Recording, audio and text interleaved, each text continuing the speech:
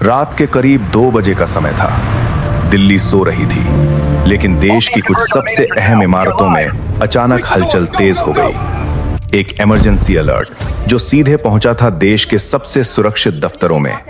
कारण एक इनपुट, एक चेतावनी, एक संभावित खतरा, और यह खतरा जुड़ा था सीधे नरेंद्र मोदी की सुरक्षा से।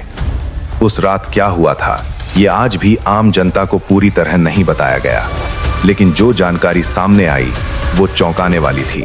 भारत के प्रधानमंत्री दुनिया के सबसे हाई प्रोफाइल नेताओं में से एक हैं। उनकी सुरक्षा की जिम्मेदारी होती है एक खास फोर्स के पास, special protection group, SPG. SPG एक ऐसी यूनिट जो हर सेकंड, हर मूवमेंट, हर खतरे को पहले से भांपने की कोशिश करती है। लेकिन सवाल यह है, क्या हर खतरे को रोका जा सकता है? अक्सर हम सोचते हैं कि खतरा सिर्फ सीमा पार से आता है, लेकिन असलियत इससे कहीं ज्यादा जटिल है।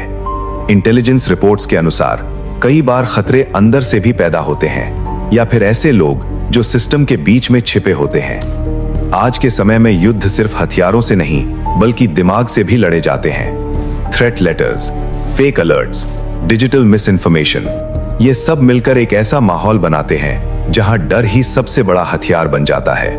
ये पहली बार नहीं है जब किसी प्रधानमंत्री को खतरे की चेतावनी मिली हो। पूर्व प्रधानमंत्री इंदिरा गांधी की हत्या, राजीव गांधी पर आत्मघाती हमला, ये घटनाएं सिर्फ इतिहास नहीं है, बल्कि सुरक्षा एजेंसियों के लिए सबक हैं। इन घटनाओं के बाद ही भारत ने अपनी सुरक्षा प्रणाली को पूरी तरह बदल दिया। एसपीजी का काम सिर्फ बॉडीगार्ड बनना नहीं है, बल्कि ये एक मल्टी लेयर सुरक्षा सिस्टम है। Advance security liaison, route sanitization, crowd profiling, real time surveillance. हर रैली, हर यात्रा घंटों नहीं बल्कि दिनों पहले प्लान होती है। इतिहास गवाह है, कई बार छोटी सी लापरवाही भी बड़े हादसों का कारण बन सकती है। इसलिए हर इनपुट, चाहे वो छोटा हो या बड़ा, गंभीरता से लिया जाता है। आज के समय में खतरे सिर्फ फिजिकल नहीं हैं, बल्कि डिजिटल भी हैं। Encrypted messages, dark web communication, fake identities, ये सब चीजें खतरे को और जटिल बना देती हैं। ये सबसे बड़ा सवाल है। कई बार खतरे सिर्फ डर पैदा करने के लिए होते हैं, लेकिन कुछ खतरे वास्तव में खतरनाक होते हैं, और असली चुनौती यही है, इन दोनों के बीच फर्क करना। एक और बड़ा सवाल, क्या अत्यधिक सुरक्षा लोकतंत्र को प्रभावित करती है? प्रधानमंत्री को जनता से जुड़ा रहना है, लेकिन सुरक्षा भी उतनी ही जरूरी है।